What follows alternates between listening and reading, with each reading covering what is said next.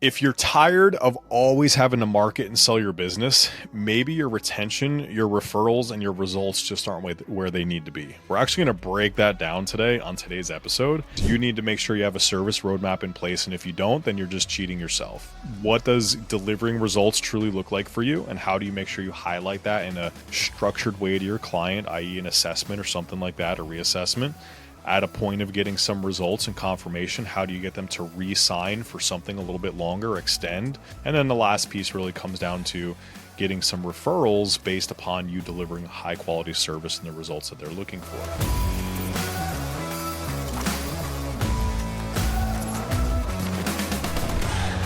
Andrew, how are you today, buddy? It's another day. Another day. This doctorate program's gonna kill me. It is another day. It's gonna kill me. But How are you? I'm good. Today's been getting some shit done, like head down, just getting work done and everything like that. So give me a tech system to tinker with, and all of a sudden I got a lot of tinkering to do. Oh, Just the there way you it go. happens. All the button Talk clicking. right, but so fun topic today, kind of breaking down the business side of our for our coaches and everything here. But really, the R3 framework is what we're going to dissect, and to remove that veil of what is R3?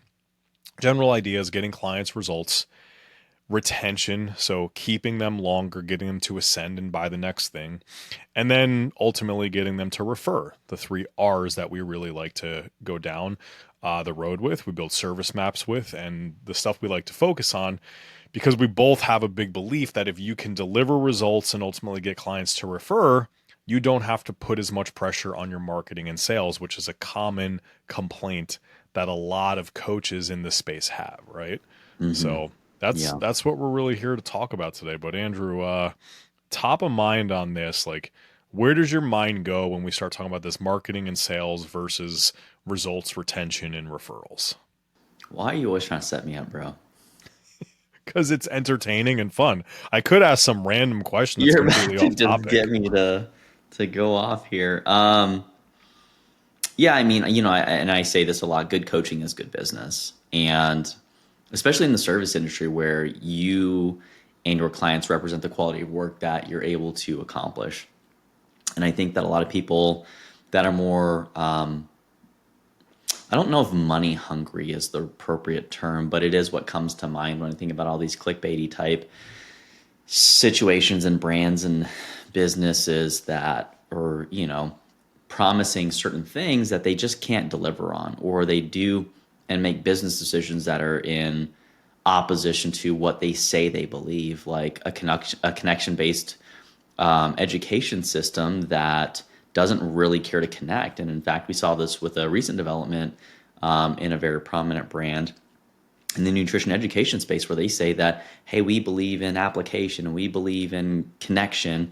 And yet they gutted all of their connection and application based live experiences. Like it really just flies in the face of what, again, what they kind of say their core values are. And that creates a lot of weirdness for the consumer that is promised one thing and then completely gets something else. And so I think it's the same thing with coaching. People promise, I can help you lose that body fat. I can help you get ready for this race. And they have no business doing it because A, remember, like good coaching is good business, but B, they just don't have the competency necessary to know how to navigate that particular problem set, which is why we say in Empowered You, if you want to earn more, you got to learn more. And so, I think that's kind of where that results perspective comes in. But I mean, I guess to kind of give our audience an idea of where this comes from, what birthed the R3 framework and maybe give us a little bit of insight into that. Yeah, so the general premise of R3 is every time you acquire a single consumer, a single client, you ultimately want to get three times that in terms of payments. And the way we look at it as you're getting their first initial payment of them coming in the door. What does that look like? Well, they bought whatever the initial package was, or maybe they are paying through the full initial commitment, right? If they're paying monthly and you have a minimum 3 month type deal, they would have made all three of those payments, just for context here. The second component of that three really comes down to they renew. They continue on be on that first purchase or that first commitment length of time because we delivered great results and they love what they're doing with us and what we're giving them. And then the last piece is they love us so much, the results speak so loudly, and they are truly a raving fan that they refer somebody to us. So imagine a world where every single time you acquire a client, you knew that you were effectively getting 3 times the amount of revenue for that one. There was just a little bit of a time delay to some of it. Now, I don't want this to be all like, oh, we don't care about results and we're only getting clients to get money. But the fact is, at the end of the day in business, you have to generate revenue and you have to create profits. Otherwise, the business doesn't really exist. So this isn't a lack of emotion. It's a intended to talk about the business of these things. So, what is step one? And when you go through like our blueprint and the first course of, or the first piece of our business development course, so to speak, the conversation really comes around what does a service roadmap look like? And service roadmap isn't meant to be, oh, we give them a certain type of, call it assessment, or we give them a certain type of push up, or we give them a certain type of macro breakdown. It's meant rather that how quickly can we get them a real win, right? This isn't a going and do some fake shit or whatever and just like pull the wool over their eyes and like, hey, don't eat for 5 days. Oh, you lost 10 pounds and, I'm the best coach ever. Like, no, get them a real win that is legitimate, that is safe, that is, upheld by your ethical standards and what you've learned and all of those components. But how quickly can you get them a win to celebrate, right? The faster you get the win, the better off you are. But we want to get results for somebody. And it's stacked by we want to get the quick win, that initial win, reinforce why they're doing this, but also what are some of their big goals that they truly have when they came to you and how do you make meaningful progress towards them, right? One of the big things we talk about is making sure that you understand the entire picture for a client, what they really want, leveraging all of your skills and being able to create that win. So a win for somebody might be drinking more water every day.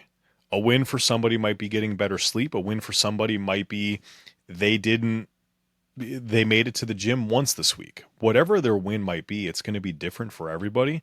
But creating a win that's meaningful for that person as quickly as possible to reinforce what's going on and start making meaningful progress towards the goals that they've come with. So you on a prior episode actually mentioned, and I don't recall the number, but in terms of clients that get results from coaches, it's actually a pretty low number overall, right? So if you can get wins for people, you actually stand out among like the minority of people. What were those numbers again, Andrew? Or what is the rough estimation of coaches that actually get clients results? Yeah, so we pulled, gosh, it's over 1,000 individuals that we looked at. And just to be clear, like, so people are listening, like, where's this data set if they care about that at all? We had a submission process at a prior company that I had collaborated with, and effectively part of their final project was to submit real life coaching clients that they had worked with for 3 months. And we found that the overwhelming majority, it was like over 75%, lost at least one, if not both of their coaching clients that they originally started with. So it really invited the concept of like, well, what's happening? And we found that of the 25% of people that were able to keep both, a significantly small fraction, I think it was like 1/3, actually got their clients to their goal in the designated time frame. So we're talking about 10 to 12% of people that are coaching professionals will get someone from point A to point B, whereas then everyone else have their clients fall out along the way. And I think that, to tie a metric in with this, like your lifetime value is a really important thing for people to measure, especially when you're looking at the efficacy of how do you know if the R3 framework is something you should pay attention to? Well, if your clients aren't finishing their original coaching contract, if they're not getting to their goals, and if they're not paying attention to what the financials look like, then you're going to see that each person that comes through your doors that signs a coaching agreement that starts with you is going to spend less money. And that's where, if you don't know what that is, you take whatever they're spending multiplied by however many months they've been with you, and that's how you calculate their lifetime value. And what Steve has created with the R3 framework here is that if you don't get results, people inherently won't stick with you. But results only matter when you get to about the probably 1 to 2 month mark is where people start to expect that. In the first 30 days, generally speaking, you got to build the relationship, which I would almost add to the R4 model. Is that if people don't like you, they're not willing to buy in. If they don't trust you, they're not willing Did you to buy just in. They're not trump willing to my do. did you just trump my R3 No, with an R4? I was just thinking about the relationships, and I'm like, that actually is really important as the foundational element, because if you have no trust, you get no buy-in. If you get no buy-in, you get no adherence to the plan. If you get no adherence, you make no progress. And so your lifetime value goes down. No referrals, no re-signs. And, I just kind of, as I was talking this out loud, that's kind of what I mean by good coaching is good business, because coaching isn't just program design. It's actually managing and building that relationship. So, Yeah, and you bring up a great point, right? Like I think relationship can sometimes be assumed. Like mhm. in R3 Yeah. framework and as I positioned it, relationship underlying was assumed through there, right? Hmm. You need to have a relationship with somebody so you know what it is that they want, because most clients are going to come at you and say like, "Hey, I want some combination of lose fat, gain muscle." Like those are the biggest of the two buckets that really just exist when it comes to getting results. Hmm. Now, they may not literally say those words, they might use other words around it, but those are the two big things that people are going to be looking for. Hmm. So, you need the Yeah. relationship and you need to provide a result. There's quick wins, and I would say those quick wins are not sustainable or not going to attribute towards their big picture goal. They might help them move closer, but they're not necessarily the check marks that need to happen per se. And then there's the actual goals and the wins that have to happen, which is, hey, here's my chief complaint. This is why I came to you, and I'm starting to see progress here. Like, that's great. Now, Hmm. in a perfect world, when we go down the road of like, all right, cool, I started to create some wins, there's meaningful progress towards your goal. Now would be, and if we could, I would say to put a hard number on it, and this is super negotiable depending upon the goal, the person, the coach, like all the stuff. But just to give you a framework, 6 to 8 weeks in is when you should be looking for somebody to re-sign or re-up with you and continue their commitment. If you initially sold them a 12-month package and they paid it in full, do not necessarily ask them in 6 weeks to buy more, right? But like the same token, if you only sold them 1 month, obviously that number needs to speed up a little bit. So use some of your common sense and judgment there, but under the assumption that it's normally a 3-ish month commitment to sorts, Hmm. and you're looking for somebody to want to continue, 6 to 8 weeks is going to be that time frame. You don't want to them to be already no more payments. You don't want them to be already past kind of that only a third to go, but you want to be able to ask, hey, do you want to upgrade? Do you want to continue? Do you want to ascend? Whatever that next thing is, and think about it. Think about how much easier that conversation goes when they like the result they're getting with what they're doing. Hmm. Like, hey, Andrew, would you like to resign with me and spend hundreds or thousands of dollars, even though you've gotten zero result or anything yet? Like, it just doesn't necessarily work. Too many So, asks in a row without giving anything is really bad for business. yeah, exactly. Yeah. Give me Exactly. money, give me money, give me money. Well, I want some results. Give me money first. You're like, no thanks. Yeah, yeah, No exactly. thanks. It's rough. Yeah. So, through that service roadmap, quick wins leading to meaningful progress towards goals, leading to now a retention, ascension, continuation offer, upgrade offer, whatever your Hmm. terminology might be. And then ultimately from there, okay, great, you've signed up again, you've continued in that progress in that realm. Now we want to move towards the idea of referrals. But before we completely jump in that referral side of thing, Andrew, obviously you have a significant coaching history, and in my gyms, I have history of, training and whatnot as well. But when it comes to moving through that retention kind of ascension offer, like what are some things that you either have done, coaches have done? Like what's one of the favorite things that you've maybe experienced in that realm where, hey, 6 to 8 weeks in, this thing is going really well. Would you like to continue? The answer is of course yes. And offer presentation comes out with ideal Mm-hmm. timing post Mm-hmm. some type of assessment or whatnot, I would assume, to kind of reinforce those results. Like, talk Yeah. about that a little bit. Yeah, I think that there's this element of, and I learned this from a guy named Danny King. So if he's ever listening to this, good job, buddy. You guys did okay at Lifetime.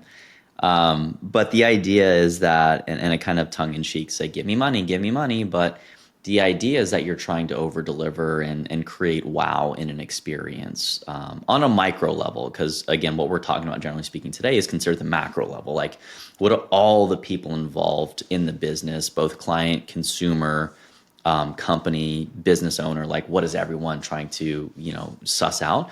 But in this case, we're looking at more from the client experience perspective of, how do we know when someone's been appropriately seated in order to make someone that's more amenable to or more receptive to an offer, right? And that's something that may require a little bit of patience, but it requires you to pay fucking attention. And what I mean by that is that, first of all, build a relationship, right? Deliver consistently great service, leave people feeling better when they leave your session or your appointment or your meeting than how they showed up. Those are like the prerequisites. Those are considered table stakes. And if you don't know how to do that, we have courses and stuff like Empowered You that are really intended on just like mindset and coaching relationships, which are foundational for making anyone willing to take your coaching. So, but the idea, we're referring back to Danny King and kind of this idea of a light bulb moment, which is where someone has an epiphany and it's really challenging to try to lead someone to a specific outcome or an idea, right? If you've ever, and I remember there was a guy named Jim, and I won't use his last name, but Jim was a client of mine for about 18 months. And he was seeing me 3 times a week when I was a personal trainer. And he was paying me about $170 a session. So you do the math. He was paying me over $2,000 a month. And it was really interesting because he was a mountain of a man. And we always used to have this thing called a grip dynamometer. He'd come in and his favorite thing to do would be to almost max it out. The guy was built like a gorilla, 6'3", probably like 230. Like, he probably should have been a linebacker. The dude wouldn't fucking eat vegetables. He owned a company that was doing very well. And in fact, we were trying to help him get and navigate some back pain. And we did all the appropriate fitness stuff, but he wasn't drinking water. He wasn't getting any sleep. He just refused to take care of himself You outside of heard it that. here first. Eating vegetables fixes back pain. Yeah, 100%. If you didn't know broccoli is the cure, fuck you, Stuart McGill. No, I'm just kidding. No. Please don't cancel me, Stu. We love you. But yeah, so he always refused to do that stuff. And it wasn't until after our relationship ended that he finally decided to eat some broccoli. But my point with that whole gym, business owner experience was that he wasn't receptive to that. And so how did I keep a guy that wouldn't eat vegetables, that was really bad at taking care of himself the other 165 hours a week? Was because I did my best to listen to what he wanted to more or less do and see and feel. And I facilitated every session to do that. And then one day he slept 6 hours instead of 4. And he's like, man, I feel so great. And it was within like the first 3 to 5 weeks. And if you're not maximizing sleep right out of the gate, you're missing the boat. But he felt better. He was really excited. He's like, oh man, I slept so well after our session yesterday. And I drank some water. And like, it kind of turned into this decision-making snowball where, because he felt less tired, he felt like he could more or less navigate fatigue. It created this light bulb moment where he saw a value in a behavior that was associated with his goal.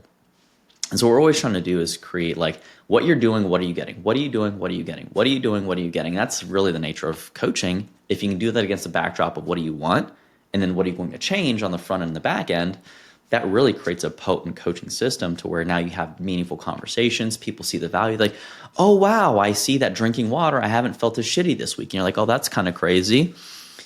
But the way you bridge that in a business or an offer is effectively you're trying to create these little moments, and you seed a lot of things in there. Maybe you give them some water recommendations, maybe you give them a macro prescription, maybe you go protein, maybe you actually decrease their protein because they have a lot of bloating, and a lot of people are always really gung-ho like, let me push more protein. Well, you need to calm the fuck down, because some people just need a little bit of a slower ramp versus going from like 40 grams to 180 grams. Like I saw that a lot in those coaching programs and stuff. What the fuck are people doing? And that's usually what actually led to clients leaving, is that it was just really uncomfortable and they didn't adhere. And then they were like, well, why am I paying money for a program that doesn't work? But yeah, light bulb moment. They're like, wow, I see the value. And they say, hey, great.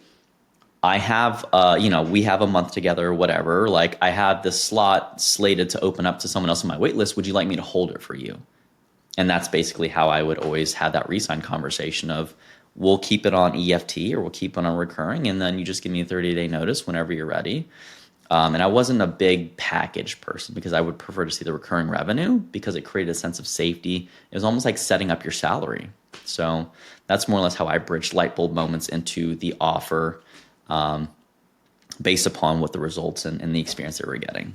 Yeah, when I owned my gyms, so one of the things that I always did was you could buy monthly or you could buy a package, and the package, because it was money up front, was discounted depending upon how many you purchased, Yeah. right?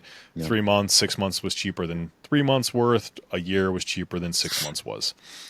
And the conversation that would always happen was, okay, so you're buying 6 months of training included in that, and whatever, 6 months of training twice a week, whatever it is, Mm-hmm. we would break that down, but we'd always include, oh, it also comes with a certain amount of assessments, which are separate sessions, because sometimes, especially in person, people view going through protocols and things like that as a waste of time when they could just work out, we started to find. So they were assessments, they weren't sessions that were being used.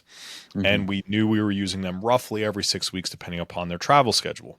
So if somebody was to purchase a 3 month package, and or all of our monthlies were a minimum of 3 month commitment, what we would do after that initial assessment, after we saw some type of result, and almost everybody, our demographic was, they were just getting back into working out. So getting them to move and drink some water alone would prove to generate a result almost Yeah. every time, right? Mm-hmm. And not like a fake result. Like literally they would lose 6-7 pounds over the course of 6 to 8 weeks, and Mm-hmm. they felt great.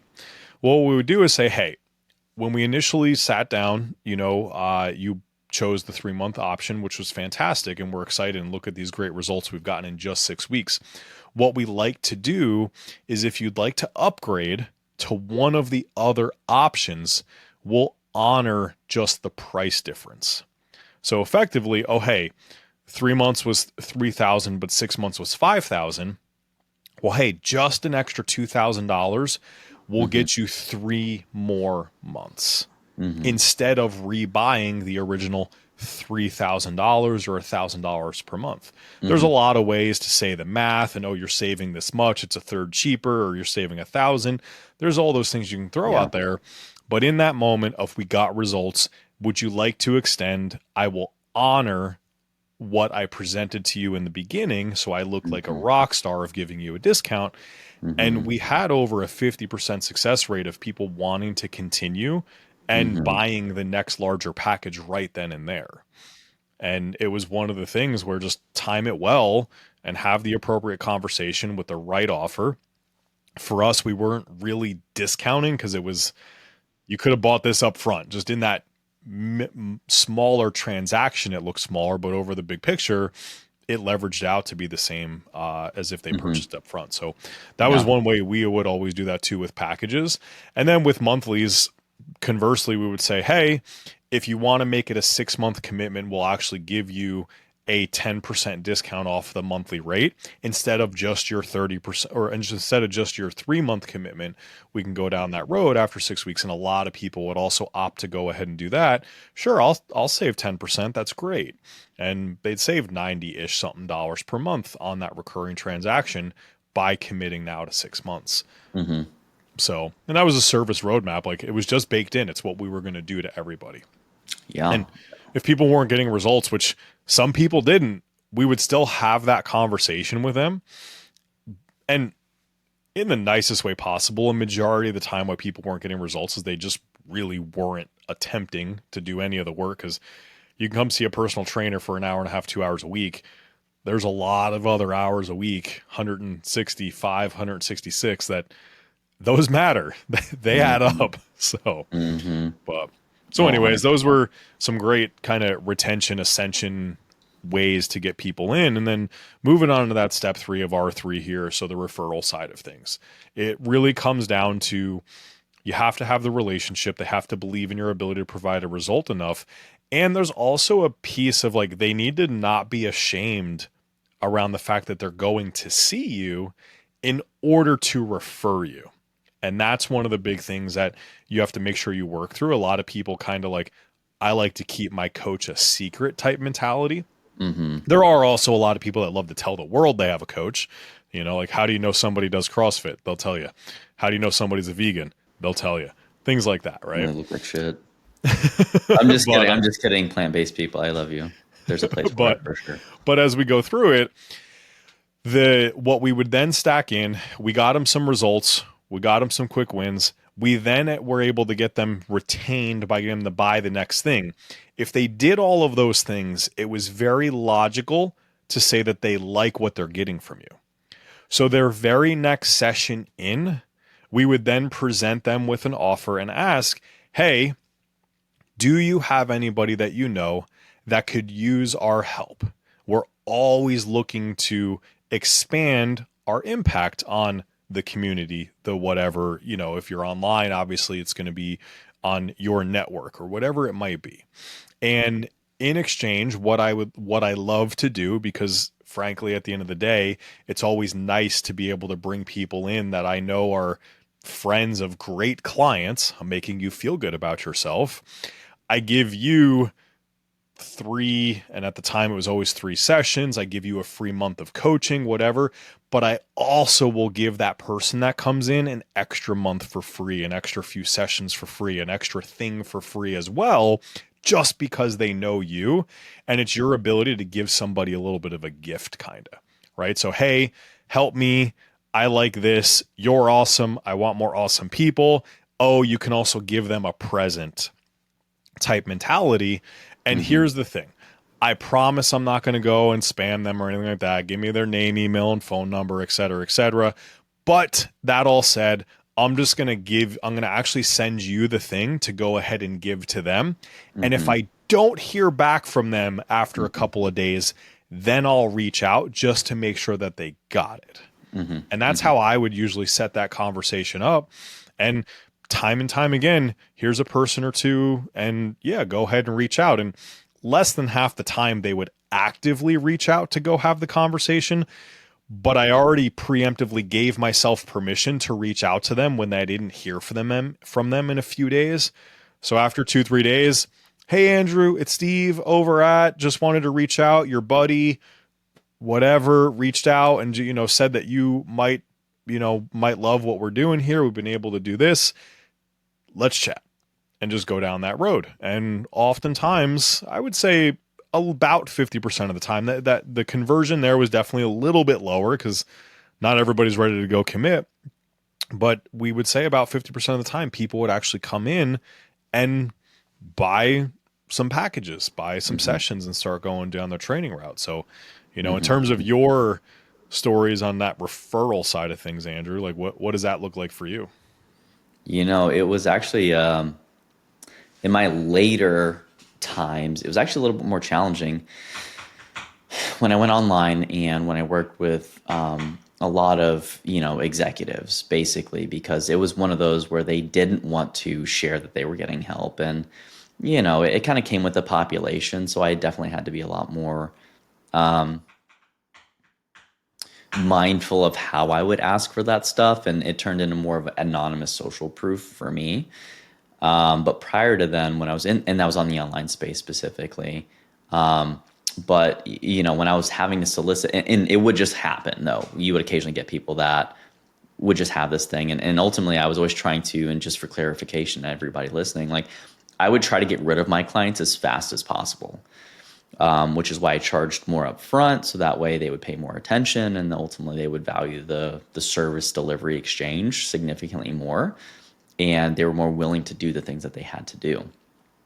But when I was, a brick and mortar trainer, there was definitely, and I would always look for those light bulb moments, either for a re-sign or a referral. I'm like, oh, okay, where's this going? And I would deliberately never look at my paychecks for the first year and a half or two that I was coaching. I'm not suggesting that anyone do that, but I genuinely did really care about, and the only thing I really cared about, and I tend to be a little bit more of a zealot, is that I was doing the thing that I love doing, which was helping people solve problems from a physicality perspective. And you know, um, what ended up happening was that I built a big waiting list really quickly, and the only way I did that was because in the service delivery industry, meaning you are providing a service, you are delivering a service, you have to go and serve. And a lot of people balk at like, well, I don't want to do it for free. There were so many free sessions that led to referrals, and so I was generally pretty clear, and that's where the majority of the bulk of them would come from would be these free sessions of like, hey, here's this thing. Let's go do this assessment. Let's see what your problems are. And let's give you a tentative plan. I'm not going to give you the tactical how to of like, do this specifically, these sets, this rest, this way. It'd be like push, pull, squat, hinge. This is probably the density of that. This is probably how much you should do, how long your workout should be. If you want me to craft that specifically for you, we can work together and we can talk about that. But that's more or less how those assessment sessions would go, and people would turn around and think, wow, this is really valuable, and I would check in with them, see how it went. I'd say probably about a third of the time they would then purchase training or coaching, and then the other times I'd like, hey, was that valuable for you? And people say yes, and then I would solicit like, is there anyone else that you think might value this particular experience, that you think may be dealing with a problem that you think I could help? And then they would generally say, yeah, sure, there's a couple people that I know of, and I would collect a name. And then because we had their contact info at the company, I would just reach out directly, and I'd usually put them in a three-way text. Like, hey, such and such recommended that, or said that you might value some of the experience that we had. Would love to help you out if you ever have anything that you would like solved, or any kind of aches and pains, or any kind of weird gut issues, or yada, yada, yada, and whatever skill set that I thought they might value. I would highlight that in that small exchange, but that's where I really built that waiting list, because I would basically take one free session and I would turn it into two or three, and those two or three then turn into another two or three, and quickly, I think my list by the time I was done at this company was somewhere north of 1,800 people that I could sift through and cycle through that have done something with me. That anytime I had a client slot open up, I'd ping them and be like, hey, there's a slot that's opening up. You mentioned this. Are you still struggling with that? Can I help you with that? If yes, cool, boom. At the end of that, whenever we would accomplish the goal, usually you don't want to wait until your last session to ask for the referral or the re-sign. Probably about the 80% mark comes up. Hey, slot's going to open up. Do you want to keep it? Yes or no? You don't want to keep it? Cool. Is there anyone that you can think of that you think would value that? And that's where I would, at that re-sign or referral, would be that point where I would ask to help either fill the slot with themselves or someone else. Yeah.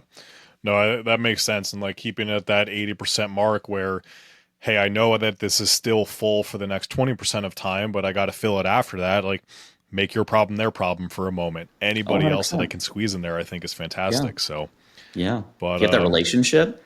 Like, it definitely becomes, hey, can you support me? Like, I've helped you with your specific thing. And you give people the opportunity to contribute. If you're a shithead, you delivered really shitty service, you didn't write programs, you watched TV and you dug your thumb up your ass while you were in the session, which happens a lot in the training industry. And it's really unfortunate to see. Even at bigger, luxury clubs, like, you got to step that shit up. And if you're struggling to grow your business, chances are your service delivery is suffering, and you could really benefit from the R3 framework. So you should probably hop in the next, it's not a BBC, but the next blueprint, the blueprint. there we have it. A little bit of a shorter one today, only about 30 minutes. But as we think through this, you need to make sure you have a service roadmap in place. And if you don't, then you're just cheating yourself. What does delivering results truly look like for you? And how do you make sure you highlight that in a structured way to your client, i.e. an assessment or something like that, a reassessment? at a point of getting some results and confirmation, how do you get them to re-sign for something a little bit longer, extend, ascend, whatever your terminology might be. And then the last piece really comes down to getting some referrals based upon you delivering high quality service and the results that they're looking for. So if you don't have a service roadmap in your business, get it in there. It's not a black and white thing. You still need to be a human. You still need to understand it. It needs to be flexible and work within your world. But if you don't have it at all, you're definitely going to miss it. If this helped you, please share this. Please like this. Please rate us, subscribe, and send some comments. We need to know what questions you guys need answered. That way we know what to put out here that's going to be helpful for you guys. But until next time, gang, have a great day. Go crush it. And thanks for tuning in to Beyond the Pump, the podcast about the business of fitness and nutrition for coaches by coaches. Peace.